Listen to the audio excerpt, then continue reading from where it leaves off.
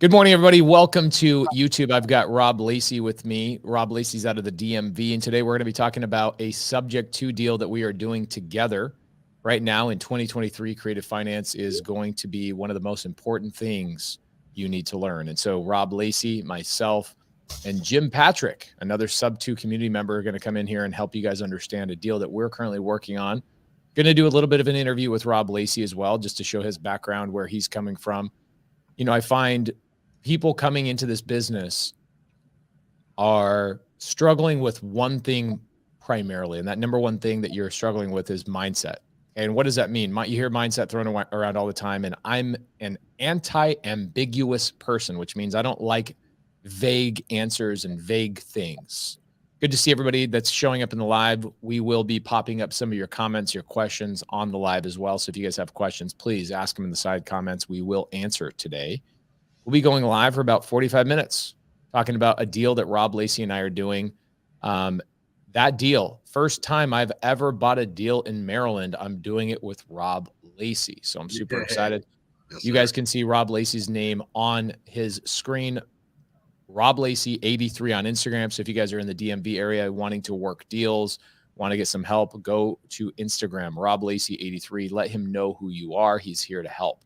Now, we will be talking about subject to deal, and we will be talking about what we're doing with that deal today. But I want you guys to understand a couple of things. This business is possible for you. I promise you that.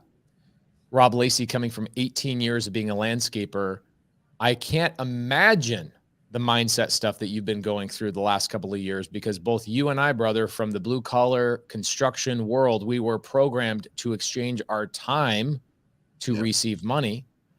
And you right now are working a SubTo deal with me that you're going to make money for several years. So what are the mindset stuff that a brand new person trying to jump into real estate has to overcome? Name one thing you had to overcome getting into this game. I'll say one of the biggest things is just learning how to reprogram yourself, because in a 9-to-5, you have to be told what to do, when to do it, where to do it at. You know, really in this real estate space, entrepreneur, you got to be a self-starter. You got to go out and do things yourself. No one's going to tell you go out and, hey, do this Monday from 9 to 10, and then on Tuesday do this from, 10 to 11 or whatever the case might be. I mean, just being a part of this community is absolutely amazing, because you give so much guidance and direction, and in the community, just us being able to depend on one another is beyond amazing. But you don't get that in 99% of places when you're trying to break into real estate. So yeah, you don't. And Jim Patrick's just joining us. Jim Patrick is also a SubTo community member. It took a little while for him to join the live because he couldn't remember his Instagram name, guys. But he will answer you guys. Both Jim Patrick and Rob Lacey are community members of SubTo, working with each other, doing deals together, helping each other out. Jim Patrick is a full-time real estate agent. Rob Lacey still has his W-2. And the reason why I highlight that for you guys is I want you guys to understand that it is perfectly okay and almost a requirement for you to be a weekend investor for the first couple of years as you work on your mindset, work on your skills, work on your ability to essentially break out of that W-2 environment at some point. But I even have one of our community members, Ingrid, she asked me the other day, Pace, should I quit my job? I made $600,000 in my real estate business. I said, no, don't quit your job. It's not that I think everybody should quit their job or anybody should quit their job. It just kind of depends on you. And that's a hard thing. Rob was just talking about this, Jim. We were just talking about how most people have to work on their mindset of being in a W-2 environment where you are told what to do and, more importantly, what not to do on a daily basis. And that instills and creates fear, so that when you go out and you start becoming an entrepreneur, you're constantly fearful of, like, should I not be doing this? And you're second guessing all the time. Whereas when you're at your job, Rob, I'm sure when you first started the landscaping business, somebody trained you, onboarded you, you shadowed somebody. They literally were like, don't do this. By the way, here's 10 years of my experience. Don't do this, don't do this, don't do this, don't do this. And you're just sitting there taking notes. And for several years, you basically were able to follow instructions, right? Yeah, exactly. Is that how it is in real estate, or is it like basically the opposite? It was basically the opposite until I joined the SubTo community, because I mean, I can't emphasize enough the amount of direction that is and support that is available in SubTo. But I mean, prior to joining SubTo, man, you're just out there, you know, attending YouTube University and learning anything that you can possibly learn along the way, flying by the seat of your pants. So you and Jim Patrick, Jim, you're an agent. Where are you located? So everybody knows. Northern Virginia. Yeah, DMV Northern area. Virginia. Rob Lacey, you're in what city? We're both in Woodbridge, Virginia. Okay, Woodbridge, Virginia. And what are you guys focusing on as a partnership in your current business right now? Are you focusing on a specific list like expired listings? Are you doing high equity, low equity? What are you guys focusing on right now? Are you guys doing agent outreach? Tell me, how are you guys getting leads right now, Jim? Yeah, so agent outreach is pretty much what we pivoted to a couple months ago, and you hadn't really had much traction. Rob, even though I'm full-time real estate and agent, Rob's actually done more investment deals, wholesales the past couple of years, but we wanted to start creating some cash flow as well. I'd like to, kind of have that baseline that I can live off of and gets the critical stuff paid. And Rob would like to have the option to walk away, if he wants to from his W-2. So we started doing agent outreach, and just because of the kind of how our market is around here as well, it seems, wraps seemed the best way to go. Nobody's really doing them around here. It's very tough to cash flow even creatively, like a long-term rental. So yeah, we've pretty much been going agent outreach. Most of these agents aren't getting pitched creative terms, at least in this area. It's interesting. Heather Irving, let's give her a congratulations, by the way. I'm glad we switched to a live this morning, all by Jim Patrick's request. Heather Irving just closed her first SubTo deal. Awesome. Now, I want to highlight something about Heather, okay? Heather's been in the SubTo community for 3 years. And this goes back to what we talked about at the very beginning. Mindset is 99% of this business. Knowing that you deserve to live a certain way, knowing that you deserve not to worry about money, knowing that you deserve to learn skills that you can apply to real estate transactions. And today, for people watching, Rob Lacey, Jim Patrick are going to unveil and talk about a deal that we are closing, all three of us together on this screen. We're going to be closing this coming Wednesday, and we're going to be talking about what the exit strategy of that deal is here in a little bit. We're going to inch into it for the people that are brand new, that might not be in the SubTo community, that might not even know what a SubTo deal is. There's some people in here that are like, I don't even know what SubTo is. I guarantee you there's, out of the couple hundred people that are watching right now, there's a couple of people that are like, I don't know what a SubTo deal is. So we'll break that down. And then we're going to talk about what a wrap is, which is what Jim Patrick alluded to a couple of minutes ago. But I want to point out to you guys, now that we're on a live, Heather Irving, she joined our community 3 years ago. Okay, our SubTo community is 3 years old on June 1st, so not quite 3 years ago. And the biggest thing she's had to overcome is her mindset. And the biggest thing that helps you overcome your mindset is being in the proximity of other people also working on their mindset. Okay.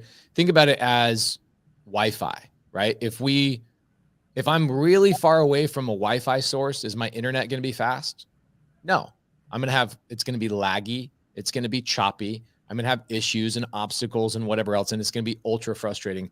And that's essentially what people are lacking right now, is proximity to the source. And the source I'm talking about is other people that are like-minded, people that are trying to do the same thing as you, on the same wavelength as you.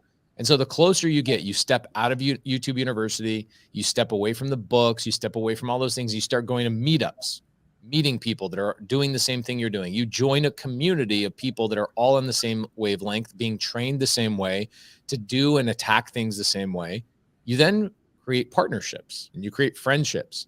And all of a sudden, those mindset things start going away. The issues you had when you were really, really far away from the Wi-Fi, now you're standing right next to the router. and you're getting the download speed is way, way, way, way, way, way faster. And you wake up one day and you go, holy crap, man, I've got traction. I've got things happening in my business. So Heather Irving, congratulations, not so much on your first SubTo deal, but congratulations on continually being patient and working on your mindset, believing that it's possible for you. So Jim and Rob, you guys say you're doing agent outreach, which means you guys are reaching out to agents. How are we doing that? Like, I'm going to ask you 3 questions. I want you guys to choose who's going to answer these. I don't care. Number 1, what does agent outreach mean? Number 2, how am I finding these real estate agents? I know this is simple and basic, but there's people in here that are just listening to this for the first time. And then the third way, how am I actually reaching out to those agents? Am I knocking on their doors? Am I texting them? Am I calling them? Give me an answer to those 3 questions. You want me to get that, Rob? Yeah, me and Jim kind of prepared. This was one of the questions I was ready for. So yeah, go for it, Jim. All right. So agent outreach, we are just going after deals that are sitting in plain sight. This is stuff that, right now we're going after stuff on the market. We're building relationships too, but we're literally just prospecting directly to agents that have a listing that has been sitting on the market for, in our market, 30 plus days. The longer, the better. Ones that maybe. Okay, so you guys are looking on market because Jim, you have a license, right? So right. I have MLS access. So you have MLS access. So you're going to the MLS and you're basically creating a filter. You click, click, click, click, click. Yep. Create a filter that says anything 30 days or longer on the market. You guys are then reaching out to agents. That's your main filter, right? Exactly. Okay, yep. Cool. Keep going. Sorry, I just wanted to clarify that for the newbies. We got a few other filters in there that we'll get into as we get into the wraps, because we're looking at this already knowing who our end buyer is. Right. So certain criteria, trying to do single family homes with a basement, ideally, just because our kind of ideal wrap buyer, the avatar, that's what they're looking for. So we have other filters in there. We have some sneaky searches as well to kind of find some stuff that maybe is newer to the market. That would be a good one. But essentially we're identifying the properties on the MLS. I'm just exporting all of those. I'm bringing them into our CRM. We use Follow Up Boss, which is a little bit more agent oriented, but it works for investors as well. Putting them in there and single line dialing through that list. If they don't answer, I have email templates that I just hit them with a quick, hey, interested in this, get them texting, then jump on the phone. And the main thing we're doing, because the difference. Okay, this is a full education for people, Rob. For Jim, this is a full education for people. So let's break this down. Okay. Sure. I'm going to go whiteboard on this, and we're going to go through this just real quick. So what Jim is doing, guys, Jim and Rob are going to the MLS. Why? It's because Jim is licensed. Okay. So Jim has a license and he's going on the MLS and he's finding a filter that says 30 days on market, which means they've been trying this agent. Okay. There's a seller. I know this is really basic, but there are people who are like, thank you for this, Pace. You're breaking this down for me. Seller says, I want to sell my house. Seller then goes to an agent. Agent then takes that property, puts that property on the MLS for other agents. By the way, only agents can get access to MLS. Other agents who are representing a buyer, and the buyer says, I want to buy a house. I'm going to go hire an agent. That agent then goes to the MLS, takes a filter, and starts presenting those filters to their buyer. Well, what happens is if this agent right here cannot sell this property within 30 days, that is when Rob and Jim are reaching out to those agents. If you guys like how slow we're breaking this down, please make a comment. If you want us to go faster, we can go faster. But I want to make sure that Rob Lacey 83 and Jim Patrick. By the way, Jim Patrick's Instagram name, Refocused Solutions. He didn't even know what it was, but now we all know what it is. Refocused Solutions. You guys know better than me. Yeah. Now you guys know, but you guys can reach out to them, okay? See, Shernise says, thank you. Yes, thank you for slowing this down. This really helps me understand. Felicia Smith, same thing. Thank you guys for letting us know that this is helping you out. So you guys, that's your filter. You're saying if the agent has failed to sell this seller's property right here, this seller's sitting over here saying, man, we're 30 days on the market and it still hasn't sold. Well, guess what? This is when Rob and Jim, these handsome stick figures, okay, you guys are then reaching out to this agent. Okay, you're not calling the seller, you're calling the agent, and you're essentially saying, hey, I noticed your property has been on the MLS for 30 days or more, and you are single line dialing is what you are doing, which means you have a dialer that you take all these phone numbers from all these agents and you put in the dialer, and the dialer kind of does this for you, or are you punching in the numbers on your cell phone? What are you doing there? It's click to call. Yeah. So just okay, click to call. So efficient. you're doing this through a piece of software. What's the software you're using for this? Follow Up Boss. Okay, Follow Up Boss. So you guys are using Follow Up Boss, which I don't use, but I always like to see what other people are using, and then the audience does that too. So you guys are using Follow Up Boss. You're doing single line dial, where literally you guys are clicking a button that calls the next call, and you're only doing one dial at a time instead of 3 at a time. So let's say they answer. Actually, let's say they don't answer, okay? Because you're probably getting a lot more don't answers than answers right out of the gate. Your follow-up is what? Well, it's actually funny because with this one, Pace, the guy didn't answer as you're talking about right now. So it was actually our baby elephant from the Elephant Leader challenge that she was the one that was reaching out to the agent, didn't answer on a phone call. So she shot him an email and just asked him, would he be interested? This is why I do the elephant challenge right here. People are like, why do you do the elephant challenge? I'm like, because I want Rob Lacey and Jim Patrick in my community that are trained on these things to be able to go and utilize their training and their leadership to go and train a baby elephant. A baby elephant is a non-SubTo community member, somebody who's like, can I just hold on to your tail and just follow you? Can you just help me and guide me and tell me what to do? It sounds like you guys trained this baby elephant on following up with his agent that didn't answer the phone. Is that correct? Yeah, correct. I mean, essentially, yeah, gave her, because that was off a list that I'd given her. And yeah, we basically kind of had the workflow. She does emails, I do a quick text, and then have like a campaign that'll send an email. But yeah, I mean, that's exactly. Okay, dope. All right, so let's just go back to this for just one more minute. So they don't answer. You guys have elephants, little baby elephants from the Elephant Challenge, and you are sending these agents an email. And that email is basically saying, hey, we tried to connect with you. We sent you a call. Want to let you know we're a real person. You know, there's a lot of scams and spammers out there all the time. We just want to send you an email so you know that we're real, just in case you avoided our phone call or blocked unknown numbers.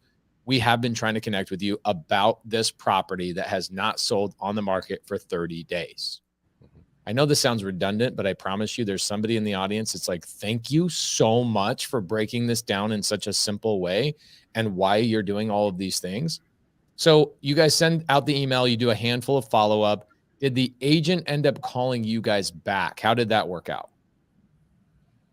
That was your step, Rob. Everybody touched this. So yeah, the agent responded to the email saying that he would be open to hearing what the heck creative financing is.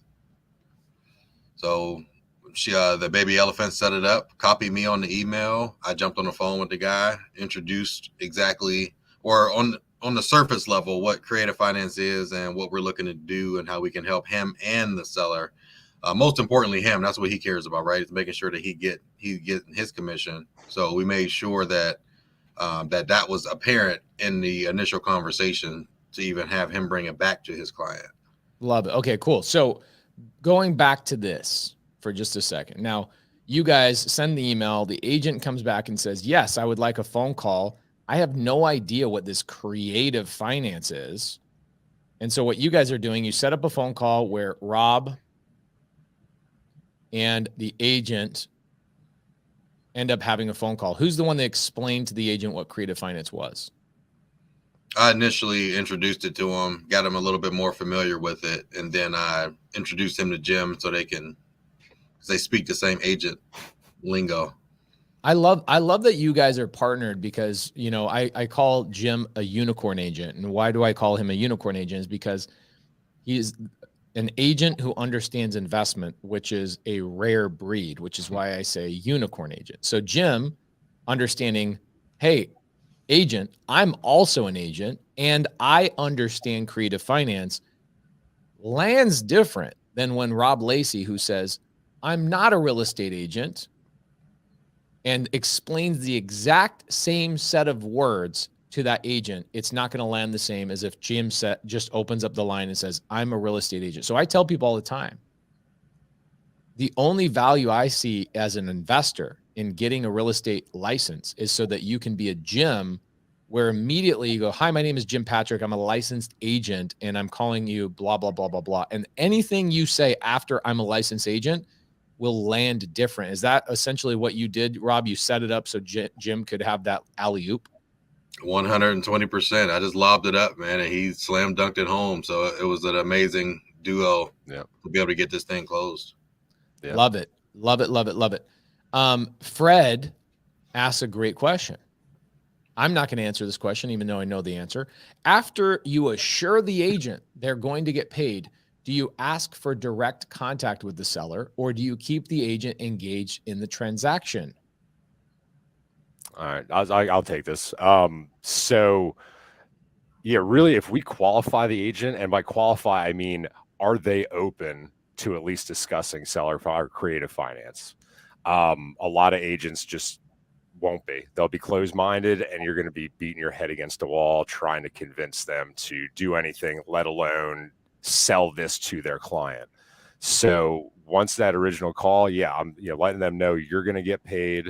Let them know that, we're going to educate throughout the entire process. I'm trying to, if they go back to their client and the client says, let me hear a little bit more, I'm trying to get them onto a 3-way Zoom.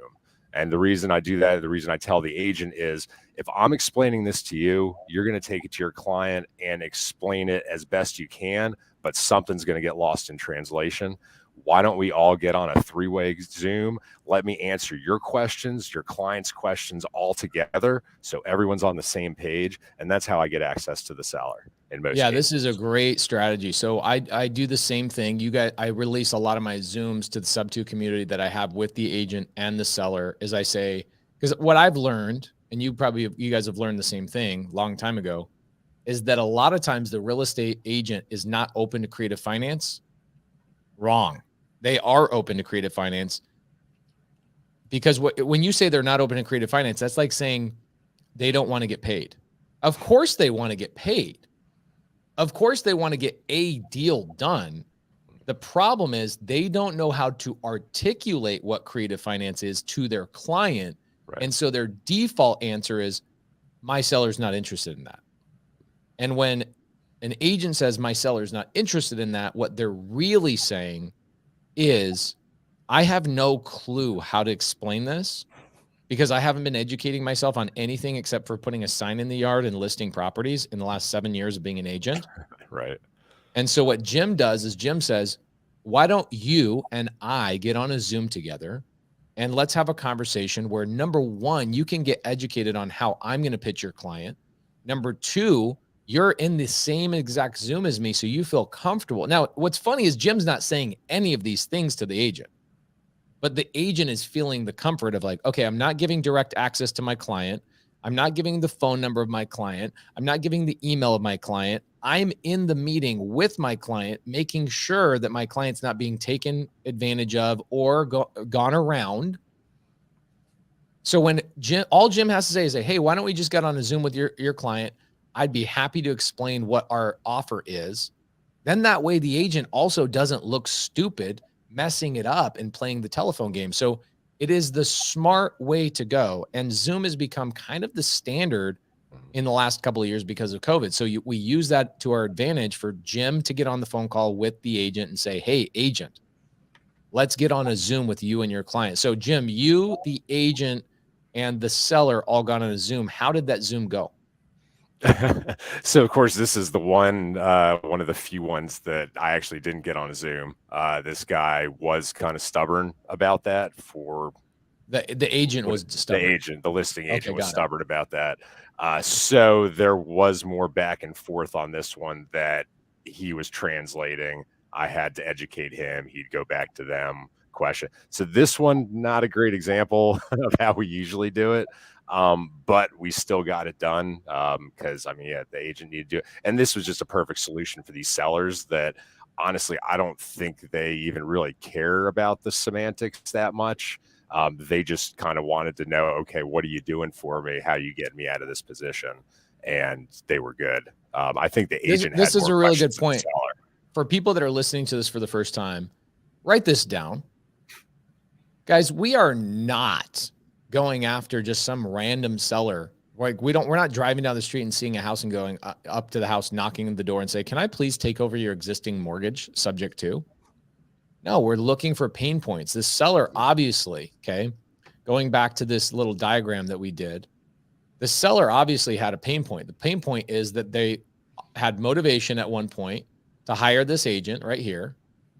And after 30 days on market, the property had not sold. And so what essentially is happening psychologically in that seller's mind is, oh my gosh, my house is not worth what I thought it was.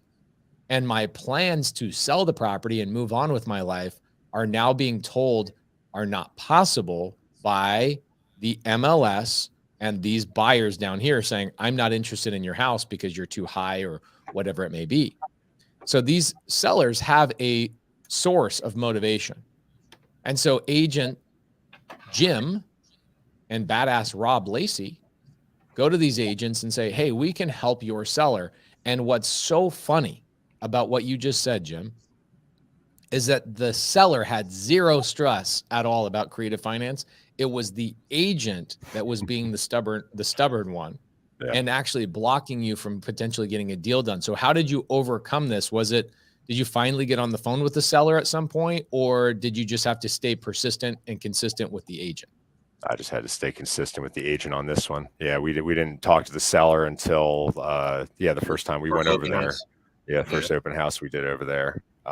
So yeah, no, I was just staying consistent with the agent, making him comfortable enough with, the process and, doing everything through title. I mean, he was able to, call over there, let them know, or, ask them, hey, you've dealt with these guys, they're legit. And again, going back to, like you said, with me being licensed, the fact that he can look up my license in DPOR and see that I've been licensed 14 years, no action against me, stuff like that. If agents are kind of doing their diligence, that gives them peace of mind versus, no offense to Rob, Rob doesn't have like credentials that he can fall back on that gives the agents the warm and fuzzies.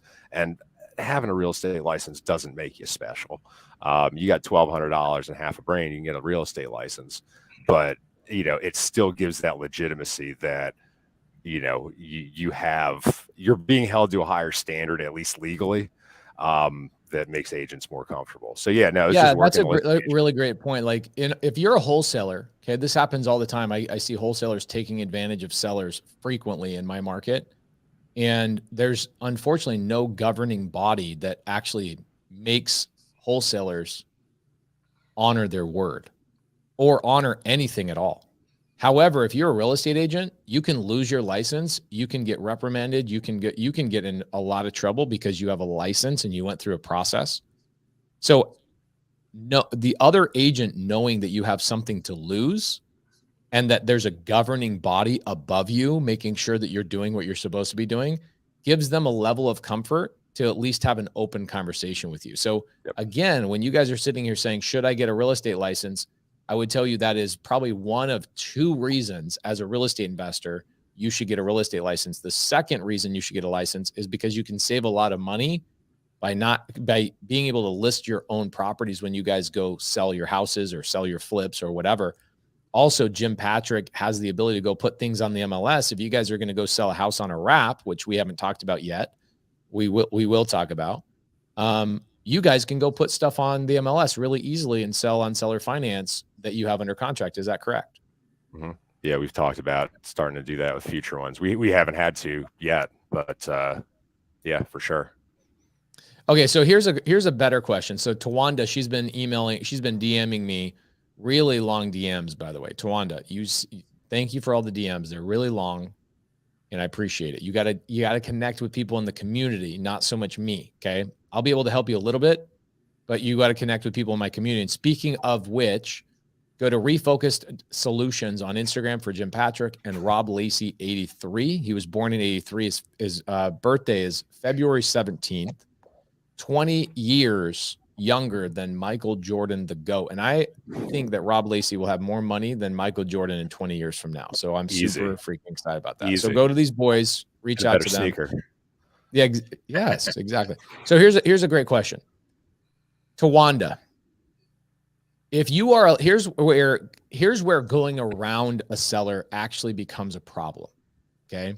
If you are a licensed real estate agent and you go around an agent who has a listing, which means in agreement with the seller that listing agent has the ability to sell that house or the exclusive right to sell that house.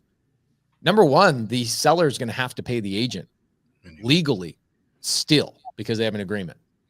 Number two, if you are a licensed agent going around another agent, you are going to be in hot water. You can lose your license over stuff like that. Okay. So this is also one of the reasons why I personally don't have a license, but I let my wife have a license. And so what I really like is Rob Lacey's relationship with Jim is that worst case scenario, if Rob Lacey had to go around an agent, not that that's their strategy, Rob Lacey could, without sacrificing or getting Jim Patrick in trouble because they're individual human beings, not the same. So for me, when an agent's acting a fool, I give the agent multiple opportunities. I'm very patient with them. I understand how I was when I learned that you could do creative finance. And I'm like, I'm going to give you the benefit of the doubt. But after 5 times and you're just a knucklehead and this person's in foreclosure and they're going to lose their house, I'm going to call the seller directly. Yes, that's me. But if I was a licensed agent, you legally cannot reach out to a seller directly when they are represented by an agent. Now, as an individual, non-licensed and non-governed, I can. And so you kind of have to make a life decision here. What do you really want? Now, here's the main reasons why I don't go around agents 99.9% of the time. I would rather go through the agent because here's what's going to happen. Jim Patrick and Rob Lacey have now created a relationship with this agent that now for the next 10 years, they can probably get 1 deal, maybe 2 deals a year with these guys, or I'm sorry, with this agent. Guess how many deals you guys are going to do with that seller? 1, maybe 2. If lightning strikes twice in the same spot, I imagine that the likelihood of you getting 2 deals from the same seller is probably not even closely like mathematically possible. It is possible, but it's very, very, very, very almost impossible. It's almost impossible. So if you are trying to build relationships with agents, Tawanda, okay, then don't go around the agent. Build a relationship with the agent. Jim and Rob did a great job here going directly to the agent, being patient, consistent, and persistent. Okay. Do not go to the seller directly if you're trying to build relationships and a good reputation in town. Here's another thing I'll say to you. Okay. Did you guys ever have people in your high schools that were like, had reputations of like, oh, that guy's like a gangster. That girl is a little bit crazy, or this person's a party animal, or this guy's the basketball star, or whatever. There was like reputations in high school, right? Yeah. It's the same in business, guys. It's the same in business. You will get a bad reputation in town, and people will not want to do business with you if that's the way you operate. And so Jim Patrick and Rob, they did the right thing here. Jim was very patient with the agent, stayed on top of it. And you guys will probably do 1 deal, if not 2 deals a year for the rest of your business duration with this agent. Would you guys agree with that? Yeah. I mean, our first deal, I just had that guy send me an off-market property like 2 days ago, the one we did last month. So yeah, that absolutely works. There you go. Okay, cool. So The seller, going back to what Jim was saying, and I'll let Jim take this over. The seller, what was the seller's motivation behind this? Like, what were they trying to do? Where are they going? Why did they sell? Sure. So they are both retiring. They are moving. Was it Granada? Rob? Granada. Moving Nicaragua. to the islands. Yeah, moving to the islands. Going back to where she was from, and they, just had essentially, house needed some repairs. They started too high. They just sat. They were pretty much at the listing price that would have been break even for them. And, they just weren't going to sell at that price. And they didn't have money to bring to the table. So, they were probably looking at maybe a short sale as their only option left. So, when we were able to come in, say, hey, we can just take this debt over. I mean, it's an awesome debt, low interest rate, part of it's silent. I mean, fantastic, especially for this area, and still put money in their pocket and pay their agent and pay the closing costs. It makes sense for us. They're walking away with, 15 grand that they would have, been bringing money to the table, or like I said, probably having to do a short sale and get nothing, and makes the life easier for the listing agent, because a lot easier dealing with us than dealing with the bank and having to do a short sale and go through that for months on end. And yeah, it made sense. It got them to where they needed to be, and it made sense for us financially, and is actually getting the agent paid more. So, I'll forego the buyer side commission, give that back to the seller, but he's still making 3%. He probably had 1.5%, 2% for the listing commission. So he's making more money too. So yeah, everybody's winning. Love it. So Rob, what is the deal? Is it a SubTo deal? Is it a seller finance deal? What is the deal? Obviously, Jim alluded to what it is, because he mentioned short sale. You're not short selling a house you own free and clear. So what is the deal? What was the offer, and why did it work for the seller? Well, it actually is a hybrid. It's primarily subject to, because they didn't have much equity, as Jim mentioned, but we were able to get them some of their equity out of the property and get them some money to move on.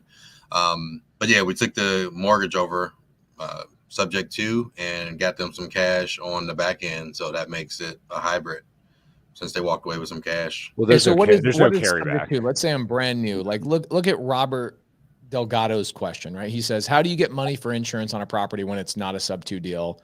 Right? He keeps asking these questions, like lenders request an appraisal. Like he's in the lender world of going out and getting loans on properties. Did we get a loan on this property to buy it, or how did we acquire this property? What strategy did we use? Because people in here don't know what SubTo means. So explain to them, we bought on SubTo, and what does SubTo mean? So subject to, we did not get a loan first and foremost for this property. The seller already took out a loan back in 2006, really good rate. And we didn't assume the mortgage, but we're just taking over the responsibility of making those payments every month to that bank where they initially got the loan approved from way back when. So we agreed to a verbal agreement, and then we of course got it signed, but we are going to be paying the monthly mortgage every month to that bank. So we're just taking over their loan subject to the existing mortgage. Okay, so let's break down the deal on the whiteboard for everybody, so everybody can kind of see what this means. There's people in here that are like watching this for the first time, people that have been stuck in the burr world, or they think I need to get down payments and I need to save up money and get good credit to buy houses. It's crazy. It's crazy that we're buying this house and what we're doing. If you could go back to yourself 10 years ago and tell yourself this, Rob and Jim, like, here's the deal you're going to do in the future, you would be like, that sounds like voodoo witchcraft. Yeah. Yet it's literally every transaction I do now. I don't do any cash transactions. I'm not using banks. I'm not acquiring, or I'm sorry, I'm not utilizing my credit to go out and pull my credit score to then show to a lender to hopefully get approved. Like, did you guys ever need credit for any of this conversation? Nope, not once. Nobody pulled your credit? No. Not one time, no. So where the hell are you getting the money and the loan to do this? It's already on the property. So it's kind of like if somebody has a car payment on their car, you're just taking over the car payments and taking ownership of the car. Yeah, exactly. It's that simple. Mm-hmm. Yeah. Why go get a loan just to go pay off another loan? Why not just take over the loan is what you're saying. Exactly. Yeah. Yep. Okay. All right. So let's break this down. Let's go into the deal. Now, we haven't closed on this deal. I'm buying this deal with you. We are partners on this deal. Super excited about that. What are the numbers of the deal? Let's not talk about purchase price because who cares about purchase price necessarily? We'll get there in a minute. But what are the monthly payments we are taking over and what's the interest rate? So the PITI is $1,395. $1,395 per month at what interest rate? 2% even. Oh my gosh. Everybody else in the world right now is complaining about interest rates going up. Yet you guys just took over a 2% mortgage subject to. Okay. Yep. And this is a now 400. You called it a hybrid, which means that there's another payment here somewhere. What's that? Simply, yeah, go ahead, Jim. He misspoke. There's no carryback on this one. We're just giving the seller cash, and they're out. Oh, seller's getting cash. Okay, got it. Yeah. Cool. Yeah. So there is no carryback here. We're giving the seller a little bit of cash. So I've got a $1,395 monthly payment.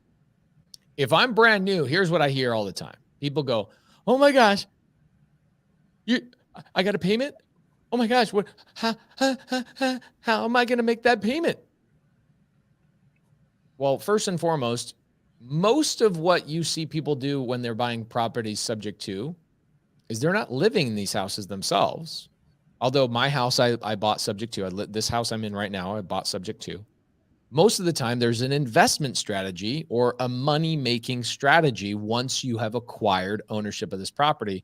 What is our strategy on this deal, Jim and Rob? So we're gonna wrap it to an end buyer, just because of the repairs that need to be done. I mean, it works as a long-term rental, and yeah, but a wrap. What the crap is a wrap? So we are going. Yeah. So we took over that existing mortgage that was already in place, and we are going to put a family in that home who can't go out and qualify for traditional financing with a bank for whatever reason, whether it's their credit or they don't have a social security number or they just don't have a W-2 job that most banks want to see a paper trail of, whatever the reason is why they can't qualify for a loan with a bank. We are identifying them and allowing them to come see the property and put offers in on it. And we're putting them in the home, giving them the opportunity to be a homeowner.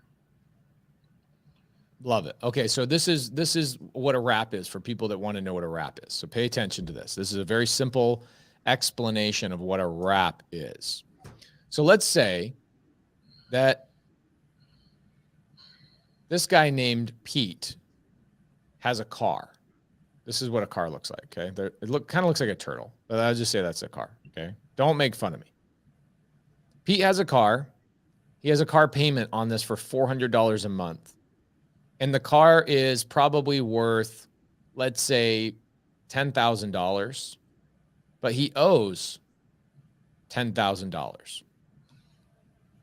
Okay, so he goes out and he tries to sell this car, and he keeps getting offers at $9,000, offers at $8,000, offers at $7,000, because even though the car is worth $10,000, doesn't mean somebody's going to pay that, right? Because you go to Craigslist and you put something on Craigslist for what it's worth, it's not going to sell for what it's worth. It's going to sell for somebody's low ball cash offer, right? That's essentially what's happening here. So because Pete owes $9,000 he owes $10,000 on a $10,000 car, he can't accept any of these offers. It's impossible. Okay. So what happens is Rob and Jim, they show up and they go, "Hey, Pete, how about we just take over that $400 monthly payment and we'll buy this thing from you actually for $11,000 and we'll give you $1,000 in your pocket to walk away." Right? So Pete's like, "Are you kidding me? I was thinking I was going to lose this car because I couldn't make the payments anymore. Now you're telling me you're going to give me $1,000 just to take over the $10,000 loan at $400 a month? Oh my gosh, I love that. So essentially what Jim and Rob have done is they have now bought this car subject to and given the seller $1,000 to walk away. Okay. Now, where does this $1,000 come from? Because somebody that's broke and just starting out is like, hold on. Kimberly says, with SubTo, deed doesn't actually get recorded. Yes, the deed gets recorded in subject to. Yes, every single time in subject to, the deed gets recorded. The deed transfers from one owner to the other. Okay, great question. Thank you. So what happens is Jim and Rob go, all right, we don't even want this car.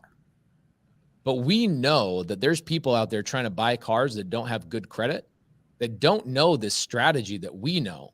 And so what we're going to do is we're going to utilize this education and this skill that we have, and we're going to go sell this car to somebody else that has no credit or a lack of credit, or maybe they are just new credit, or they have a new job, whatever, and they can't get qualified for their own car loan.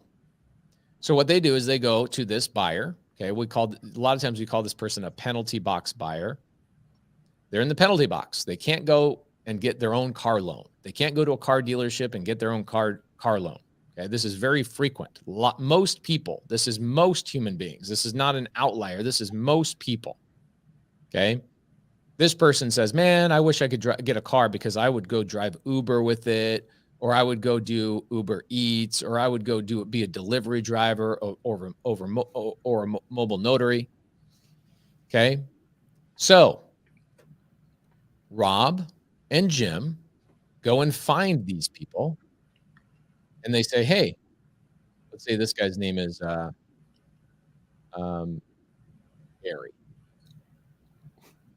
Okay, they go to Barry and they go, hey, Barry, we found a car that we will sell to you for $14,000 at $500 per month.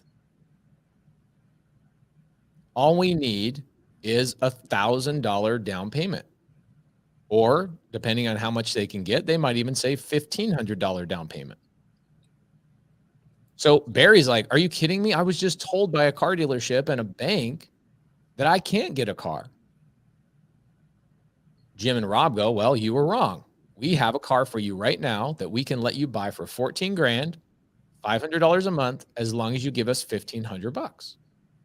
So what happens is you've got Pete, the seller, you've got Jim and Rob, and you've got the buyer, Barry. So Barry gives $1,500 to Jim and Rob, $1,500. Jim and Rob keep $500 as their upfront monthly fee, or their upfront fee, and they give the $1,000 to Pete, and then Pete walks away from the car and gives the car, the registration, everything over to Jim and Rob. Jim and Rob now go to Barry and go, hey, Barry, keep making us that $500 monthly payment. So the $500 every month goes to Jim and Rob, and $400 of it goes to the bank because Jim and Rob took over a $400 monthly payment. So every month, Jim and Rob now make $100 cash flow every single month. Okay, so essentially what a wrap is they take Pete's terms. So Pete's terms are $11,000, $400 a month at $1,000 upfront. That's Pete. What Jim and Rob do is Jim and Rob come out here and they add a layer to it and they wrap it all together. They add a layer to it and they wrap it together. And that is why we call it a wrap. Okay. Bruce Thompson says, is SubTo a good idea for buy and hold long-term rental? Yes. Oh, yeah. I don't know why you would do anything other than SubTo on a long-term rental. I don't like buy SubTo or seller finance. Oh, yeah. Tommy Cash says, what happens if they don't pay you after a few months and the car's trash? Well, first and foremost, what happens in any car crash? You have insurance, my brother. Yeah. Okay. That's a fear-based question from somebody who's not doing the business. So Tommy, once you're in the business, those worries go away because you understand that insurance exists. And if somebody doesn't make the payments, guess what I get? I get to keep the $1,500 that Barry gave us and the $500 monthly payments he gave us along the way. And I get to take that car again and go get another $1,500 or more, and maybe even get more than $500 a month. I want these coming back. Okay. So Daniel Lewis says, Pace Morby, on a wrap, is the deed in your name? No, the deed is not in your name because you, in essence, have given it to the buyer and you have become another bank. Okay.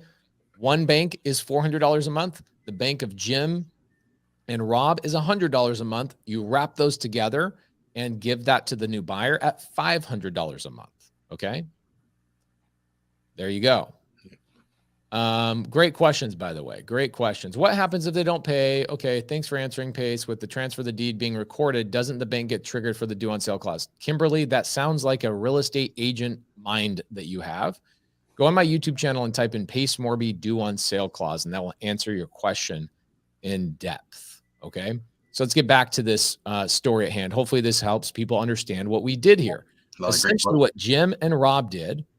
Is it crazy to think that you guys structured taking over somebody else's car payment? It's not a car, by the way. It's just, I use the car analogy because it helps people understand easier what the hell we're talking about. Mm-hmm. You took over somebody else's house payment. You got the ownership.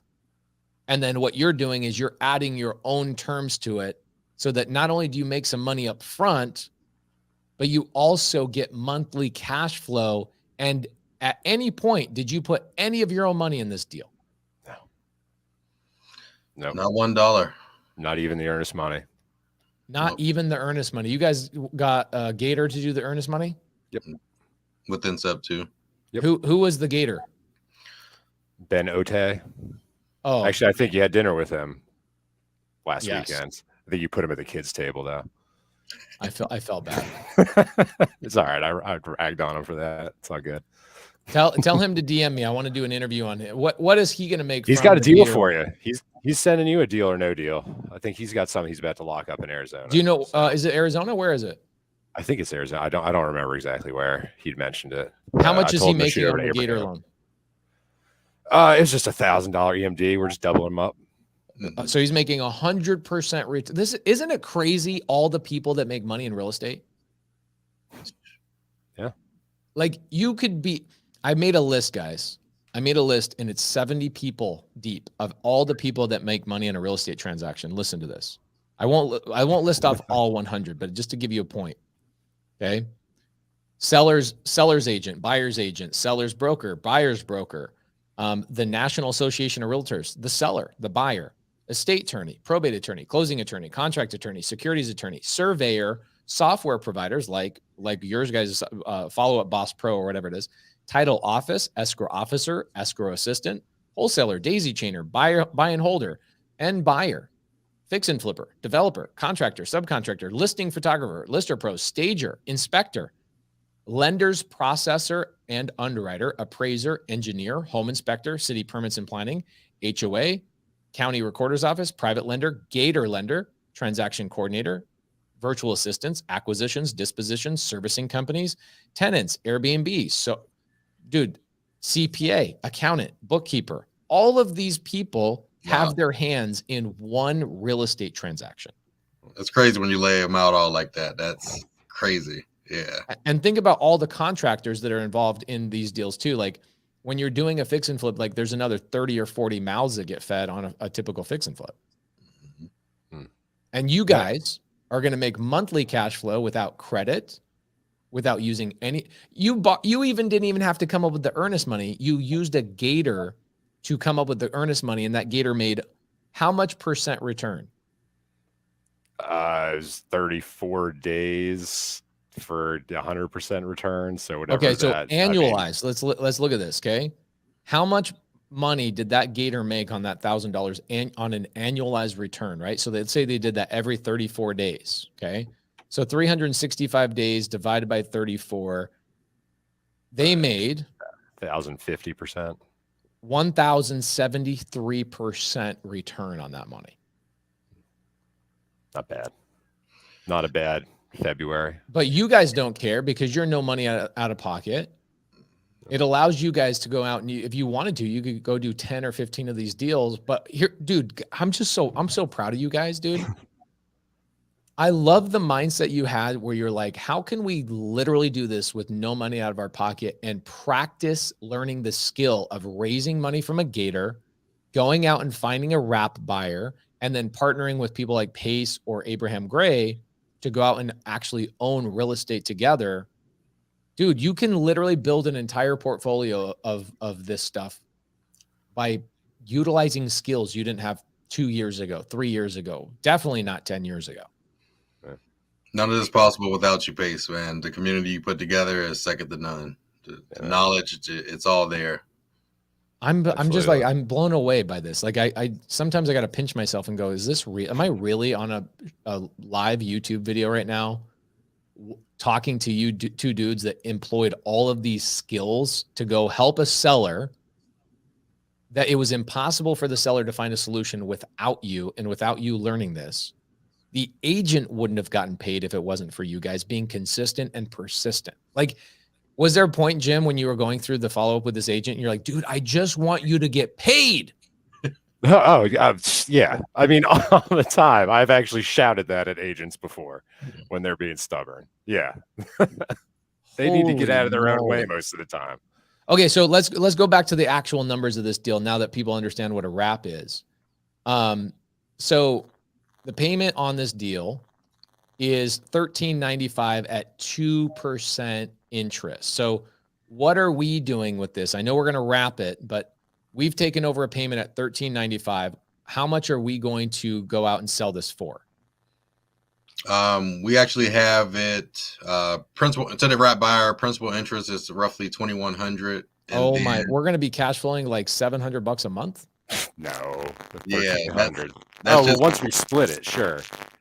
Yeah, that's principal interest. So then we got the buyer is going to have to put in taxes and escrow or taxes and insurance into escrow. So combined, it'll be about $2,800 combined. Oh my word. Okay, so we have a house. Okay, our team Jim, Rob, Pace, and Abraham. Okay, we have a house that the payment's $13.95 at 2% interest. We are going to sell this house with terms, but we're going to sell the terms at essentially $2,400 a month. Or no, $2,700 a month. I'm sorry. Yeah. Okay, $2,700 a month at what percent? What interest rate? 6%. It's 6%. We're giving him a good rate. Okay, at 6%, which means that on a monthly basis, our company, our team, our partnership is going to essentially make $1,000 a month cash flow. No. The 13. What the freak? We're at 13. $1,300 a month in cash flow on one deal. What the freak? They do exist. Is this voodoo? Okay, $1,300 a month plus essentially what we're doing is we're making a 4% differential on this. This is unbelievable. And how much money is going to come out of pocket for Jim and Rob's of this deal? $0. $0. Just so you guys know, do that again, Jim. Nobody could see you. What the freak? We're getting money to buy this. This is, you're getting money. You're getting paid up front and you're getting paid monthly. How can we just do 100 of these deals, guys? Duplication. Yeah, you got to put the processes in place, duplicate yourself, squad up with other SubTo members and baby elephants of the world, and just be consistent. Oh, and you know how much our baby elephant's making on this one? Because she helps us with, she's bilingual, she helps us find a buyer, do marketing. She's making about $7, $8 grand, I believe. Dude, Okay, so the Elephant Challenge, for those of you guys that don't know this, the Elephant Challenge is a monthly challenge we do where our SubTo community comes together. It's not a pace challenge. It's a SubTo community challenge that we go out and help out people who are not SubTo community members, right? People that are like, I can't afford to join the community. We as leaders of the industry, right? SubTo is the industry leading community, are like, how do we go help people who can't join the community just yet? Help them get some money, help them get some traction by coming in, essentially working for you guys. And you guys are leveraging your skills of delegation, your skills of leadership, your skills of educating people on how to go do this stuff to teach this baby elephant to go out and find a buyer. Because typically a wrap buyer, probably even up in Virginia, probably is a Hispanic buyer. Is that right? Yeah. Oh yeah. Okay, you're gonna most of my buyers. I'm in Arizona. We touch the border of Mexico, so we have obviously a lot more people, that are Hispanic down here. I'd say 70% of my buyers, 70% of my buyers are Hispanic on a wrap. Man.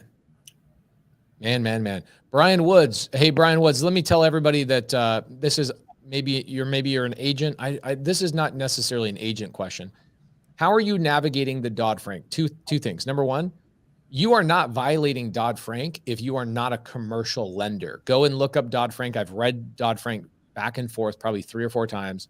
I've consulted multiple attorneys about Dodd-Frank. We had an attorney on staff for 6 months that used to work underneath the organization that helped write Dodd-Frank. You are not violating Dodd-Frank if you are doing less than 4 loans per year per LLC. So if I decided I want to go do 100 loans a year, I could go do it within 25 LLCs separate, and each organization would be able to skirt and not worry about the Dodd-Frank rules because I am not a commercial lender. Those rules apply to commercial lenders, not to individuals doing business with each other. Okay, that Dodd-Frank was put out there because commercial lenders were taking advantage of buyers back in the 2005, 6, 7, and 8 era. Okay, that's number one. Number two, we also hire an RMLO, residential mortgage loan originator, somebody who actually goes and looks at the buyer as an individual and says, this buyer is a safe bet, and I want to make sure this buyer understands the implications of taking on this debt. We actually pay $400 to $600 for that RMLO to go to that buyer and educate them on the loan that they're going to essentially buy, right? They're buying a loan. They're not even buying a house from us. They're essentially buying a loan from us, okay? Yeah. And so we get around the Dodd-Frank the way I told you, but then we also add the cherry on top of hiring an RMLO to make sure that we're safe, make sure the buyer's safe, et cetera. And hopefully that helps you answer that question. Yeah. Just showing the ability to repay, basically just showing that it's not a predatory loan. This person, we qualified them. They showed the ability to repay. It shouldn't get you in hot water down the road. Love it. Yeah. So Brian Wood says, I'm doing 5 per 12-month period personally. So Brian, you skirt the Dodd-Frank requirements by having another LLC. So if you created a new note, right? Because that's essentially what you're doing. For the people that are brand new, you don't know what a note is. You don't know what some of this terminology is. When you're going out and selling a house with terms attached to it, what you're doing is you're acting as the bank, okay?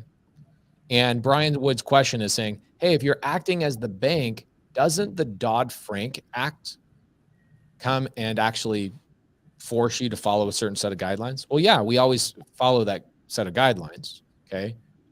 But we also are not even we're not even underneath those guidelines because we're doing less than 4 loans per month per LLC. So I could go out and I can do 5,000 loans a year as long as they're in each individual LLC, 5,000 or not 5,000, but 1,250 LLCs I'd have to go do 5,000 notes.